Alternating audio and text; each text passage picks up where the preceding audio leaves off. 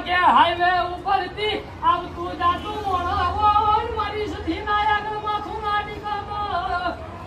આગળ જતાઈનું વાહન ઊંધું ના કરું તો મને તમારી પાટણ દરવાજાની ભોજી સધી કહેવાની નહીં ખમો